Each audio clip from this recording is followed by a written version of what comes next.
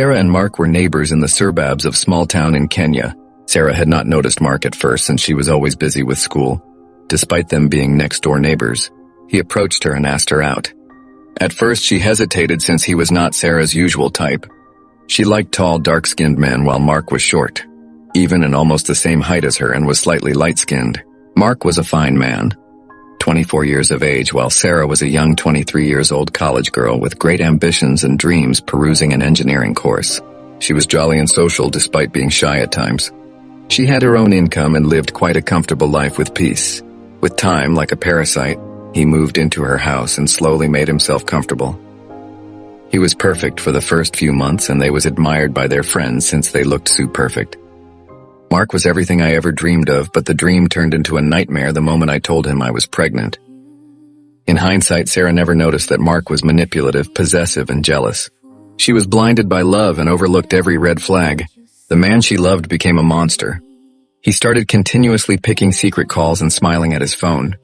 He started coming home late and eventually stopped sleeping at home twice or thrice a week. He stopped helping around the house while she was heavily pregnant and helpless. I had to leave for me and for my baby. I thought we were finally safe, that the worst was over.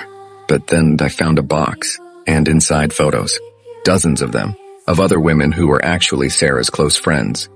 He was also doing witchcraft spells on Sarah, and had intentions of killing her and the baby. He was also claiming to not getting his salary. But turns out he used to drink and party all his income while pretending to be broke. He left her hungry and making her beg money from people. Yet he was the reason why she was broke and jobless with no savings. He had been jealous of everyone Sarah and forbade her from talking all her friends. Sarah faced a lot of difficulty during her delivery, since she almost died in the hospital after having her baby. She continued facing hell during the healing process from the delivery. She was struggling emotionally, physically, and financially that she couldn't even afford diapers for her son Danny. She started looking for work immediately so that she could support her child since Mark never sent a single cent for Danny. Despite everything, she deep down hoped that Mark would at least have pity on Danny and send some money for his needs. But all was just wishful thinking. One night while sleeping, she had a bad dream about Mark. She saw him in the dream conspiring with his mom to kill her and the baby. She shot up awake, gasping for air with her eyes wide awake. She decided to fast and pray for 21 days and reading the Bible. It was hard for the 3 days, but she kept on going. She blocked him and stopped pushing for him to support Danny's financial needs. After 1.5 years of getting away from Mark, she finally had peace and noticed some minor progress in her life. She found a small job that at least gave her a new start in life. Despite Danny looking exactly like Mark, Sarah had no resentment in her heart since she healed during the fast.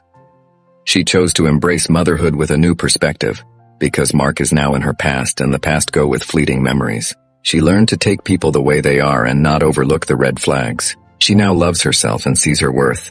She is currently enrolled in a new program in school and manages to work on the side to make sure that Danny is well taken care of. Danny is all grown and almost 2 years of age. He is currently at Sarah's mom's place being raised with love and embrace. He serves as Sarah's testimony of how they overcame great hurdles in life, and that prayers really work.